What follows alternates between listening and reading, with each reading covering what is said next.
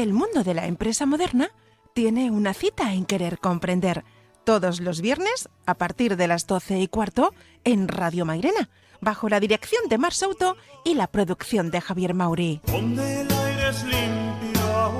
Querer Comprender analiza el valor humano en la empresa como forma de crecimiento personal, la humanización de la empresa y de las tecnologías aplicadas. El río es hablador y el monte selva.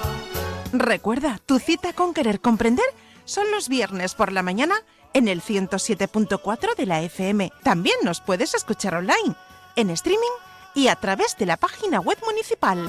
Todo un inmenso jardín, eso es América. Días, bienvenidos, buenos días a una nueva emisión de Querer Comprender, la segunda de esta nueva temporada un tanto peculiar, un tanto extraña debido a la situación pandémica que tenemos, y hoy traemos un invitado que nos va a ilustrar sobre el concepto del trabajo, el concepto también del mismo y cómo ha ido evolucionando, y también la función de los departamentos de recursos humanos. Nos estamos refiriendo a Luis Pérez, que es director de Relaciones Institucionales de Randstad España.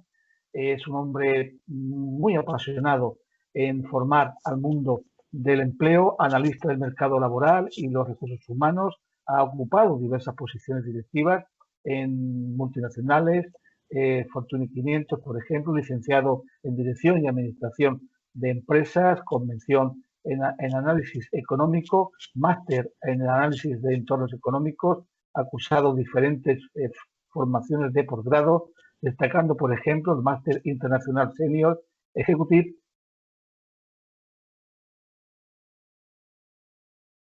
en relaciones laborales en el Centro de Formación Garrigues. Larga trayectoria también como docente, que comenzó como profesor del máster de recursos humanos de la Universidad de Alicante desde hace 10 años. Es profesor de la Facultad de Empresa y Comunicación de la UNIR y participó también impartiendo asignaturas del mundo del trabajo en el máster de recursos humanos IMF, Programa Superior de Transformación Digital en la Gestión de Recursos Humanos, Fondo Guay, miembro de diferentes órganos nacionales e internacionales del empleo MES París, Comisión Europea, Grupo de Análisis y de Cooperación. Luis Pérez, muchas gracias por estar aquí y bienvenido. Muchas gracias a vosotros por contar conmigo y porque podamos compartir este rato. Bien, yo te agradezco mucho estos minutos que nos dedicas, porque sé que es un hombre con una agenda súper emocionante, pero también intensa, para tener unas pinceladas de ti. ¿Cómo definirías a Luis Pérez? ¿Quién es Luis Pérez? Bueno, yo creo que tú has contado muchas cosas de mí. Falta una, que es la que realmente hace mi vida todavía más apasionante, que es padre de familia. Además de todo eso, soy padre y esposo de tres niños, 2 chicos, 2 varones y una chica. Ya mayores algunos de ellos, la mayor a punto de cursar, de comenzar la facultad, y esto es, junto con todo lo demás, cómo oriento cada mañana mi vida, ¿no? Yo creo que esto es, como me definiría, un padre apasionado por el mundo del trabajo. Esto es nunca mejor dicho, ¿no? Entonces yo creo que esta es una definición bastante ajustada. Me gusta mucho lo que hago. Soy de esa gente que tiene la suerte de disfrutar trabajando. Yo creo que esto es otro tema, entrando en la parte más profesional, muy importante, ¿no? Cuando hablamos con la gente que nos pueda oír, o padres o madres o chavales que van a estudiar, o incluso niños jóvenes, uno nunca sabe después dónde va a trabajar con el tiempo, pero lo importante es conseguir disfrutar haciendo lo que uno quiere. Yo creo que esto es muy importante, ¿no? Y formaría parte también de esta definición que me pedías, ¿no? Además de esto, disfruto, gracias a Dios, haciendo lo que hago. La segunda pregunta, ya entrando un poquito más en tu campo, en tu terreno profesional, los departamentos de recursos humanos ha experimentado una larguísima evolución a mejor, gracias a Dios. Atrás ya quedó o debió de quedar a aquella imagen del miembro de recursos humanos que únicamente se dedicaba a hacer una pequeña entrevista y poco más. ¿Cómo son los departamentos de recursos humanos o cómo deben ser los departamentos de recursos humanos en el nuevo modelo de empresa? Bueno, yo creo que has descrito bastante bien de dónde venimos, ¿no? Venimos inicialmente de departamentos que hablabas de entrevistas. Yo creo que inicialmente ni esto, gestores de nóminas, ¿no? Era, ¿no?, lo más normal. Y si pensamos en la España del sur, la España, bueno, del sur, del norte, de la pequeña empresa, principalmente, no olvidemos que en España el 99% de las empresas son pymes o micropymes. Entonces, esto es, en el mejor de los casos, de dónde venimos y donde todavía está muy presente el perfil del departamento de talento de recursos humanos. ¿Y dónde vamos? Bueno, ¿o dónde deberíamos ir? Bueno, deberíamos ir a unos departamentos de recursos humanos flexibles, extremadamente flexibles, capaces de adaptarse a las necesidades de la empresa y capaces de adaptarse a las necesidades de los trabajadores, que también son flexibles, y mucho más hoy en día, donde hemos visto, fruto de la propia pandemia, cómo el mercado y la realidad puede cambiar de la noche a la mañana. Debemos pensar en las personas, debemos pensar en cómo aportar empleabilidad. Yo creo que los departamentos de recursos humanos tienen que conseguir una mezcla clave, que es aportar empleabilidad a los trabajadores y capacidad productiva a las empresas. Este es el círculo mágico, ¿no? Conseguir que la inversión en estos departamentos aporte valor añadido cuantificable y sean capaces de aportar empleabilidad. Y este palabra empleabilidad, pues capacidad de encontrar mejores salarios y en el menor tiempo posible. Esto es lo que venimos a decir con empleabilidad. Y para eso los trabajadores tienen que poder aportar más para que las empresas les puedan pagar más. Esto es realmente lo que, en un lenguaje que cualquiera nos pueda entender, deben centrarse el empleo del futuro y los departamentos de recursos humanos del futuro. No muy distinto de lo que pasa en cualquier momento. Luis, centrándonos un poco más todavía, el concepto de trabajo es el que define posteriormente muchísimas cosas, como las acciones de recursos humanos, la planificación laboral, los organigramas laborales. ¿Cómo ha ido evolucionando el concepto de trabajo hasta llegar al de nuestros días y hacia qué concepto de trabajo avanzamos cada día? Bueno, el mundo del trabajo está sufriendo una transformación importante, pero no distinta de anteriores revoluciones industriales. ¿Qué ha pasado? Permíteme que retroceda un poco para contestarte a esto. ¿Qué ha pasado en las distintas revoluciones industriales? Bueno, pues en una se sustituyó el trabajo animal por la máquina de vapor, ¿no? Esto fue una revolución industrial. Otra revolución industrial se sustituyó el trabajo humano, ¿vale?, por la maquinaria. Se empezaron a introducir procesos de producción donde se producía masa, se producía en cadena, se produjo una serie de transformaciones también del mundo del empleo. Se produjo la industrialización. La máquina empezaba a sustituir al talento humano. Luego vinieron los ordenadores y se volvió a producir este proceso. Y la sociedad se fue adaptando, es decir, no hubo normalmente ninguna debacle, porque permitirme que tenga que hablar un poco de la definición de economía, es el uso de recursos escasos. Y entonces, ¿qué pasa? Que cuando el sistema, el mundo del trabajo permite avanzar y producir más con menos esfuerzo, pues se produce mayor capacidad de consumo y esto implica mayor necesidad de producción, ¿vale? Pues, y ahora estamos en ese momento, un paso más parecido a los anteriores, donde se sustituyen muchas tareas rutinarias por procesos robotizados y otras tareas no rutinarias que implican más, pues, oye, nuestra capacidad mental, en muchos casos, nuestros conocimientos, pues estas van a ser difícilmente sustituidas. Y esto es la definición del trabajo hoy en día, ¿no? Cómo conseguimos, cómo cada vez más el trabajo físico está desapareciendo y vamos más a trabajos mentales donde la capacidad humana, lo que nos distingue del resto de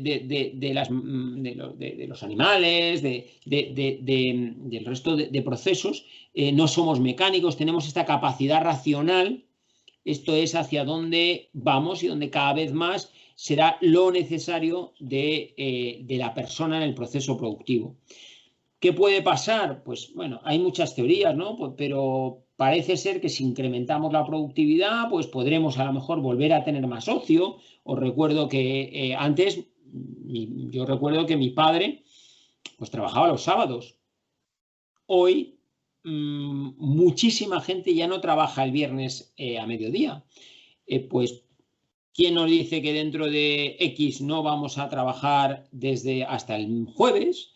Tener más tiempo para el ocio, tener más tiempo, porque no olvidemos que si Dios quiere, esta situación de pandemia pasará, no sé si en un año, en 3 o en 5, pero estoy convencido que el ser humano será capaz de superar esta situación y volveremos al mundo y tendremos que plantearnos estos retos, ¿no? Esto es para mí, en una definición no académica, pero sí un poco del día a día, la definición del mundo del trabajo hoy en día.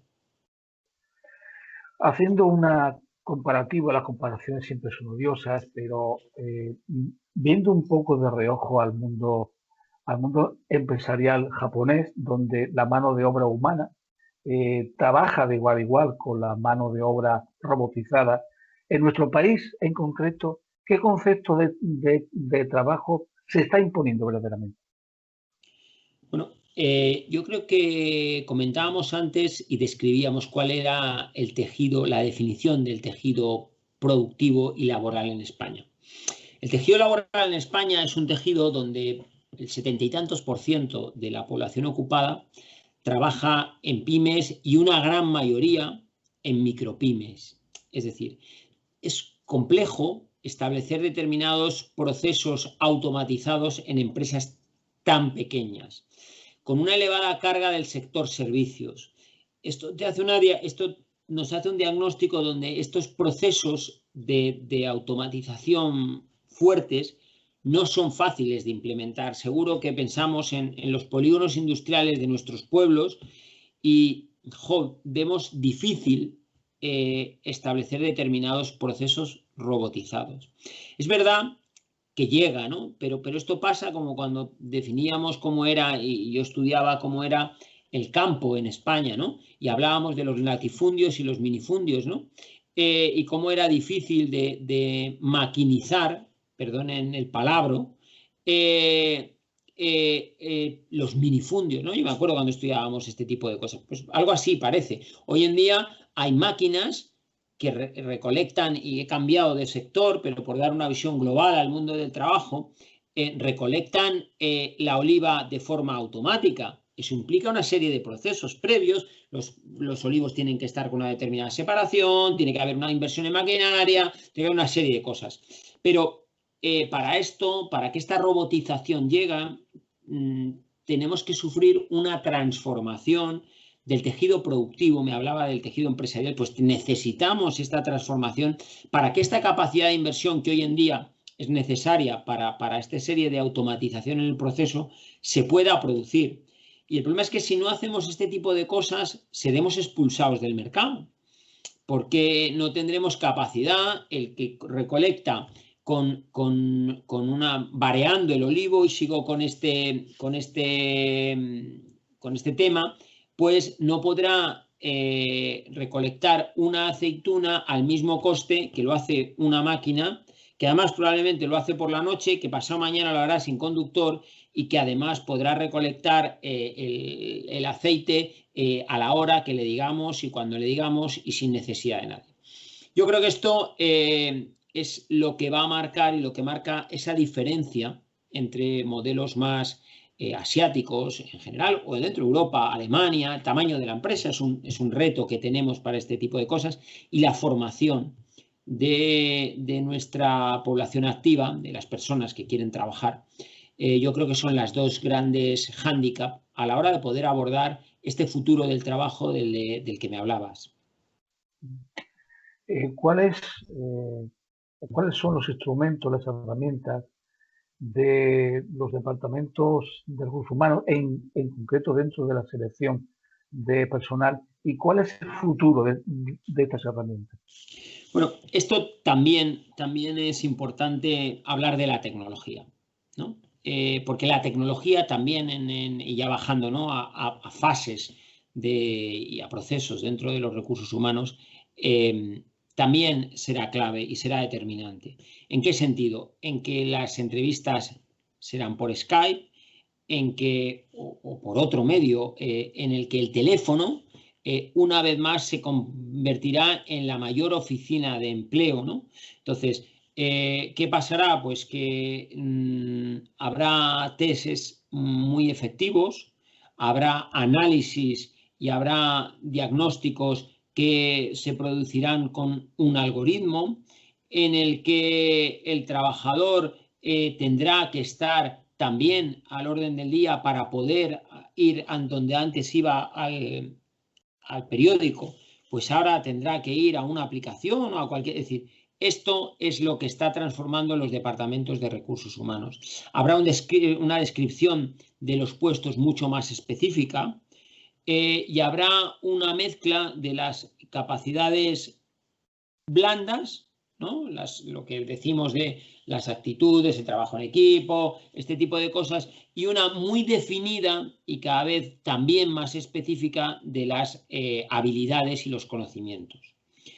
Estos serán los departamentos de recursos humanos del futuro, y sobre todo al otro lado tendrá que haber personas cada vez más polivalentes y más capaces de adaptarse. Yo creo que la palabra del futuro se va a llamar adaptabilidad. Adaptabilidad de los departamentos de recursos humanos y adaptabilidad del trabajo.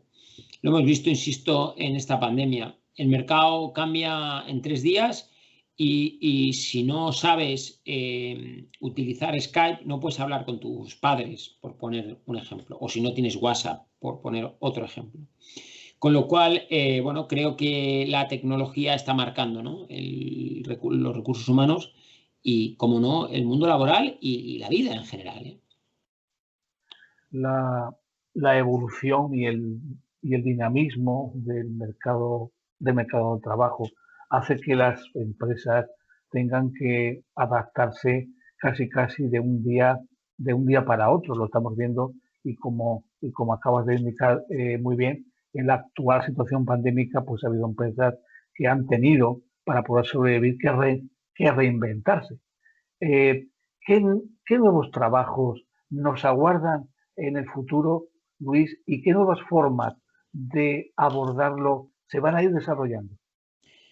Bueno, esto, como señalas, lo hemos visto claramente en la pandemia. Mira, yo permíteme y perdóname, no por el autocita, pero escribía un artículo para el blog de UNIR en medio de la pandemia sobre la situación y sobre los empleos, ¿no? E intenté mirar un poco a una situación similar. Y miré a lo único que me parecía similar, que era la Segunda Guerra Mundial. Y encontré en los momentos duros de la pandemia muchas similitudes.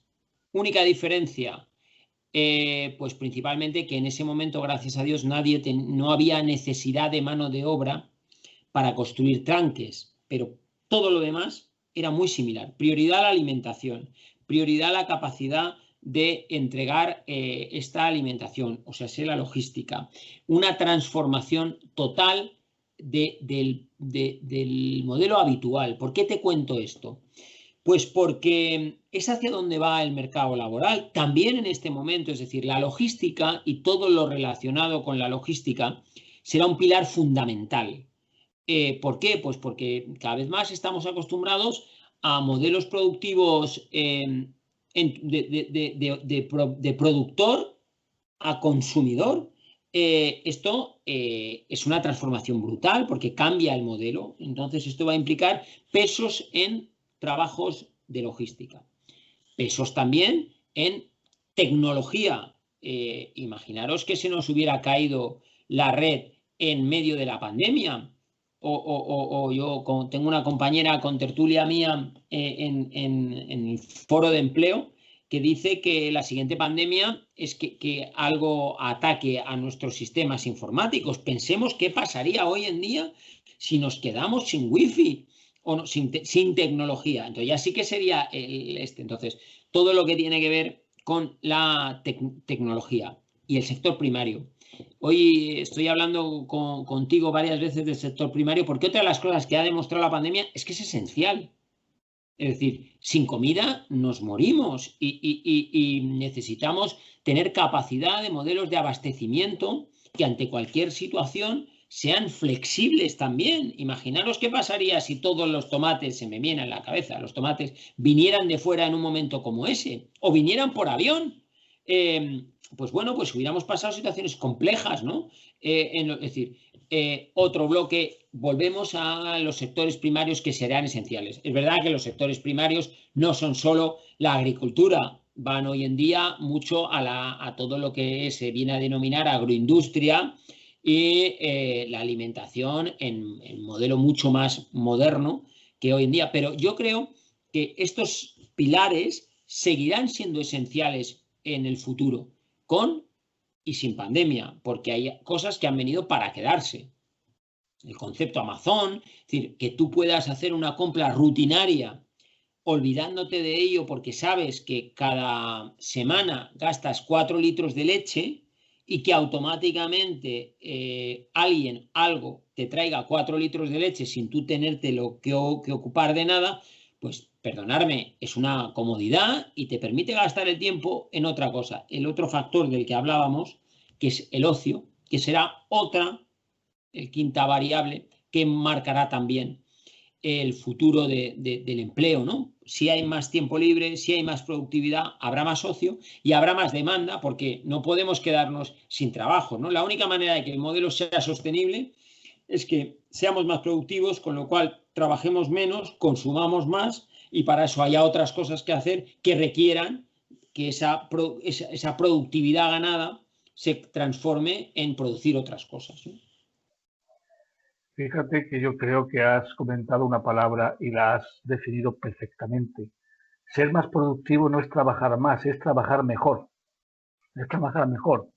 En líneas generales, Luis, ¿dónde están nuestras empresas, nuestras pymes, por ejemplo? ¿Están sanas? ¿Están en un centro de salud? ¿Están en atención secundaria? ¿Están en un hospital? ¿Cuál es el estado de salud de las empresas españolas, de las pymes, en líneas generales? Yo creo que por no diagnosticar para arriba ni para abajo, vamos a ver dónde están los retos, ¿no? ¿Dónde tenemos los principales retos, ¿no? Yo creo que los principales retos están en dos partes. Desde el punto de vista empresarial y todas vinculados a este trabajar mejor, ¿no? Que intentando evitar palabras que luego la gente no nos entienda, están los dos en conseguir que nuestras pymes trabajen mejor. Y para conseguir que nuestras pymes trabajen mejor necesitamos dos cosas. Desde el punto de vista del capital tradicional, pues mayor inversión, es decir, mayor gasto en inversión y desarrollo, en tecnología, en procesos productivos, que consigan que el empresario, que las personas que trabajen menos y produzcan más.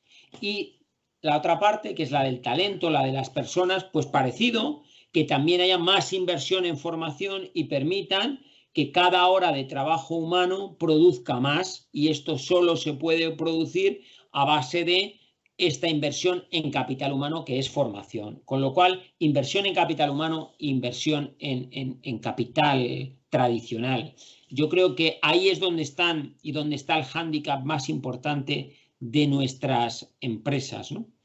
Euro invertido en salario, euro de margen, euro de beneficio producido, ¿no? Conseguir ir a esa ecuación sencilla es donde está el quid de la cuestión, porque es donde vemos cada euro que trabaja una persona, pues, si merece la pena o no, porque si no el sistema se cae, ¿no? En todo este escenario, en todos estos elementos que estamos confeccionando aquí, nuevas metas y nuevos logros de recursos humanos, nuevo concepto de trabajo, compañías como Randstad, ¿qué ventajas tiene? ¿Qué es lo que puede aportar aquí? Bueno, hemos hablado de algunas áreas de mejoras del mercado laboral, ¿no? Hablábamos de la formación, hablábamos de los procesos automatizados y de la búsqueda de talento más profesionalizada, que sería otro hándicap. Esto es lo que Randstad puede aportar, ¿no?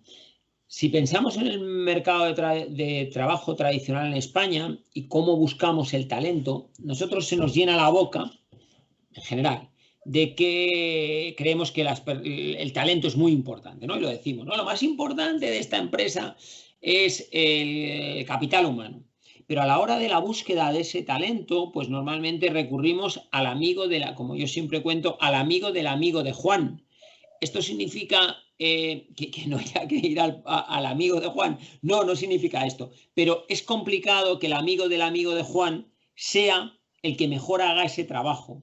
Con lo cual estaremos hipotecando al amigo de Juan y a la viabilidad de la empresa. Con lo cual, ¿qué hace esto? Intentar buscar el mejor candidato para el mejor puesto de trabajo y el mejor puesto de trabajo para ese candidato. Es decir, esto es una de las cosas en las que Randstad trabaja, profesionalizar esta búsqueda del talento para que aporte lo más posible a la persona y lo más posible a la empresa. Otro de los hándicaps que tiene el mercado laboral, el mismatching. ¿Qué significa esto?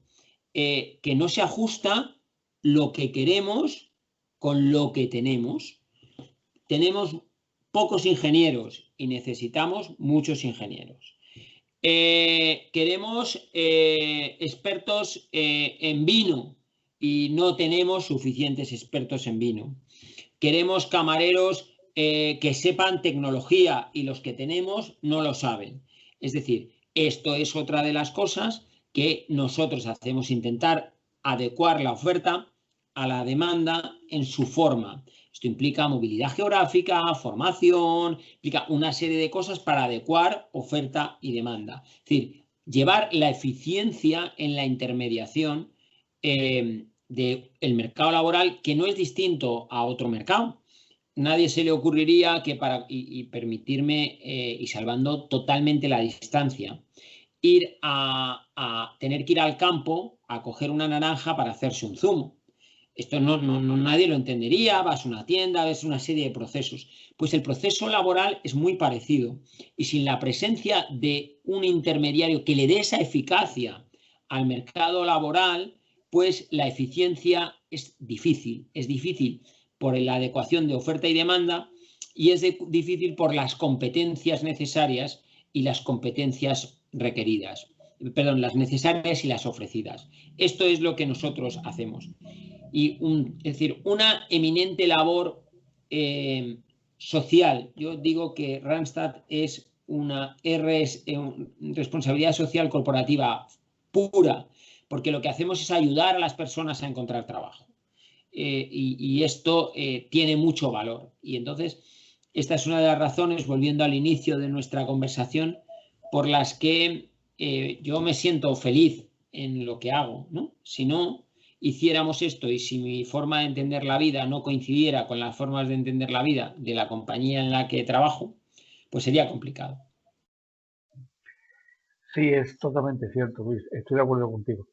No hace mucho que ha salido el borrador o el proyecto del Presupuesto General del Estado, una inversión pública sin precedentes, muy elevada, un aumento de los impuestos, de la imposición a grandes compañías, grandes fortunas. ¿Hacia dónde va la economía española según tu punto de vista? Bueno, tenemos una economía extremadamente endeudada y esto que a veces parece que no está cerca de la economía familiar, ¿no? Está más cerca de lo que nosotros nos creemos. Es decir, si esta situación perviviera, Dios quiera que no, nosotros no tenemos capacidad de seguir produciendo dinero para pagar ERTEs, para pagar, produciendo, perdonadme esto, es decir, recurriendo a los mercados para que nos den dinero. Es decir, tenemos una economía muy endeudada que va a marcar el futuro del país, es decir, alguien tendrá que pagar esta situación, tarde o temprano, con lo cual este es un problema. Es verdad que las familias no están tan endeudadas, esto nos permitirá cierta capacidad de esto, pero hemos vivido una crisis hace poco, nos ha costado salir de ella, es decir, tenemos una economía que necesita evolucionar en el sector servicios, ¿vale? Yo no soy de los que creo que hay que denostar a ninguno de los sectores productivos del país, ¿no? Yo creo que el sector servicio en España es muy importante, no por esto hay que denostarle, hay que buscar que sea más eficiente, que trabajen mejor utilizando lo que hablábamos antes, es decir, estamos en una economía muy dependiente del sector servicios, muy dependiente del turismo y con una baja presencia del sector industrial. Esta es la realidad de nuestra economía y con una población activa, es decir, con unos trabajadores con una baja cualificación. Solo 1 de cada 2 trabajadores, es decir, la mitad, tiene estudios de formación profesional o tiene estudios universitarios. Esto hace que hacia el mercado laboral, hacia el que vamos, sea difícil. ¿Por qué insisto en esto? Porque me hablabas de los presupuestos generales del Estado, de las fuertes inversiones, pero hablaba hace un rato, estaba en una mesa en la Universidad de Alicante, antes de venir aquí, sobre las dificultades del acceso al mercado laboral. La mayor reforma para transformar realmente el mercado laboral, y yo diría el tejido productivo español, es la educación. Es decir, necesitamos un modelo educativo que solucione, 1, el abandono escolar, 2, la calidad de la educación y 3, la formación profesional o formación en el trabajo. Con esto podríamos abordar a medio plazo, no mañana, pero es que el problema es que si no lo hacemos ahora, el medio plazo cada vez es más corto porque el sistema se transforma más hacia un modelo más robotizado, donde el talento es todavía más necesario. Entonces, bueno, yo creo que esto es un diagnóstico, como siempre, muy orientado hacia la economía laboral, que es donde yo me siento más cómodo, pero donde abordamos en este diagnóstico básico de usuario de economía, ¿vale? No de docto, sino más de usuario, pues de cómo yo veo a día de hoy la realidad de nuestra economía y nuestro tejido productivo y laboral. En cuanto a los procesos de digitalización de las empresas, ¿en dónde están exactamente nuestras empresas españolas?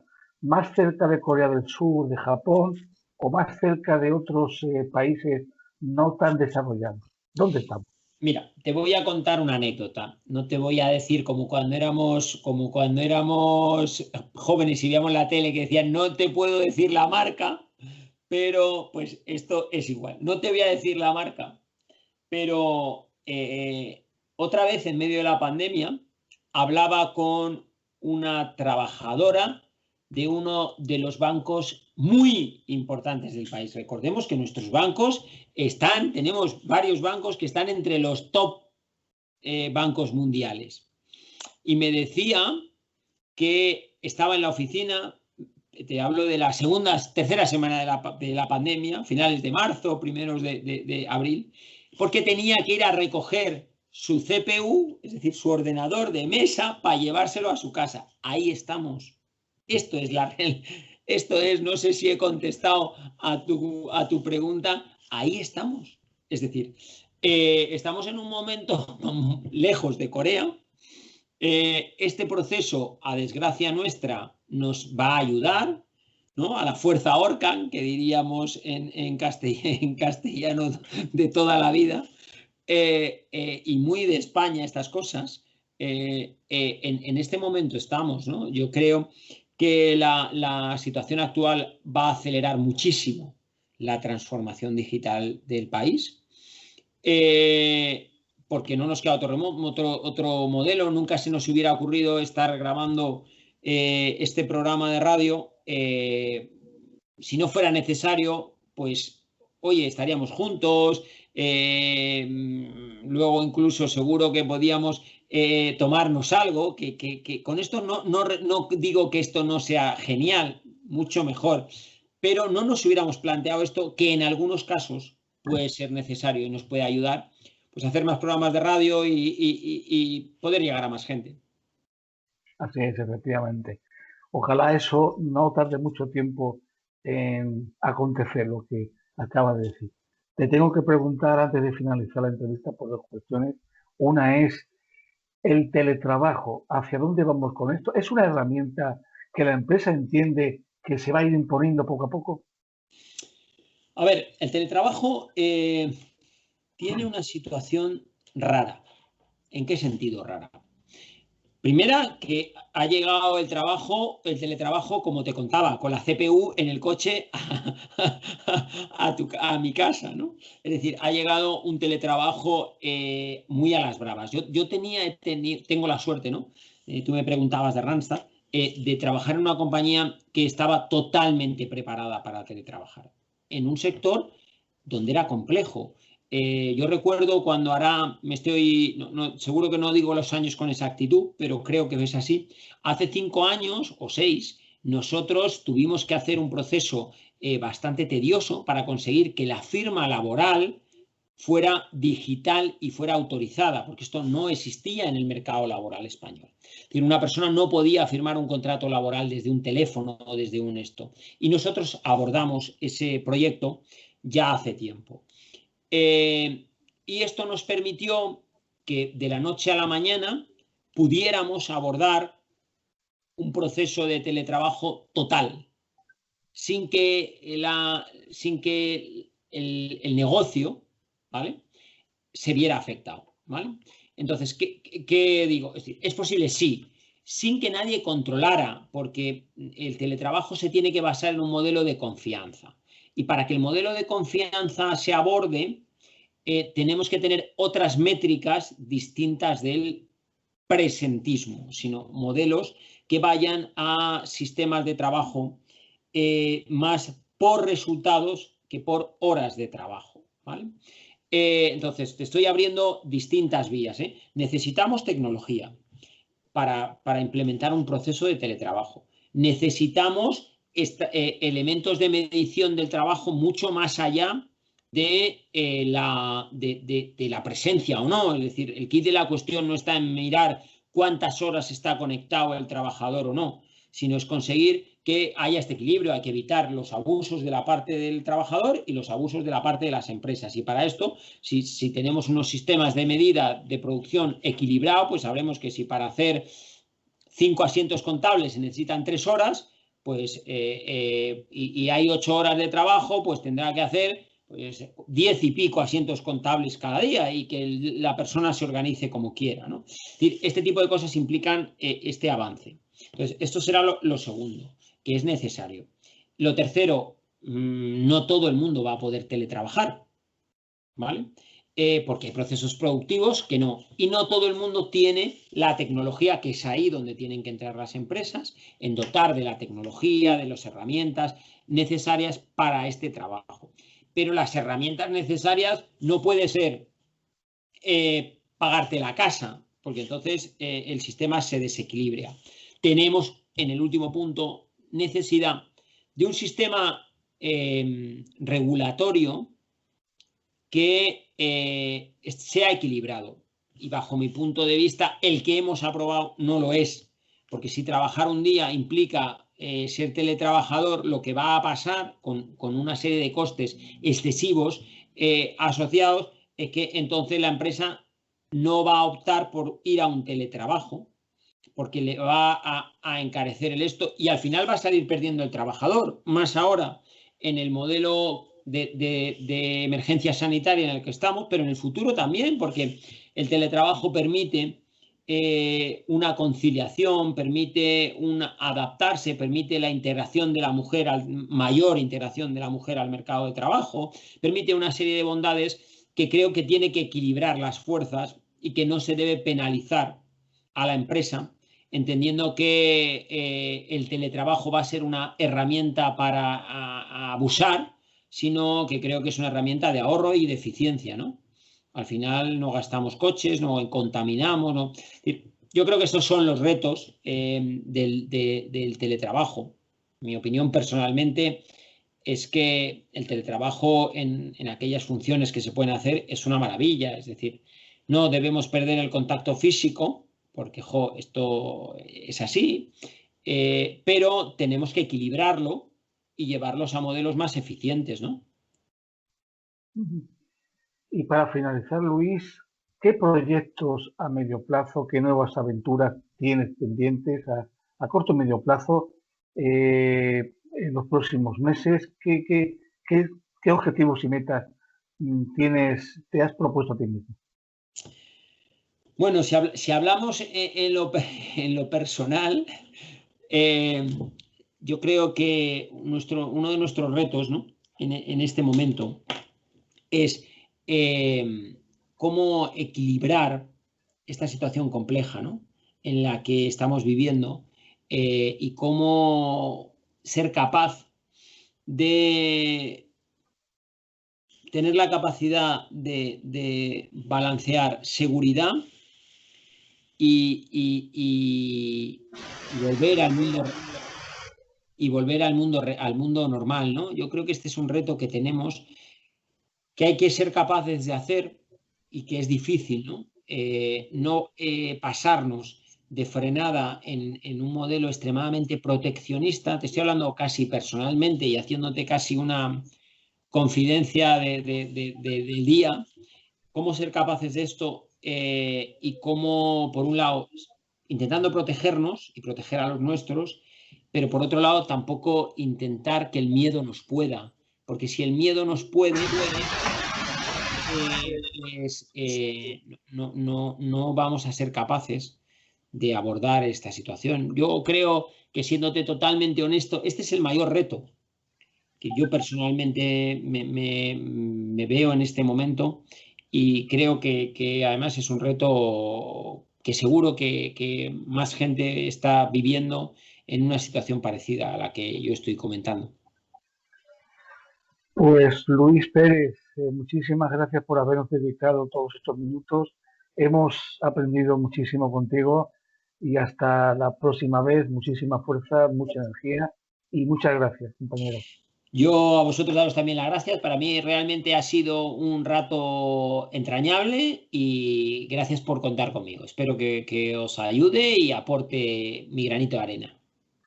Pues muchísimas gracias y nos vemos en Radio Mairena, en la 107.4 de la FM.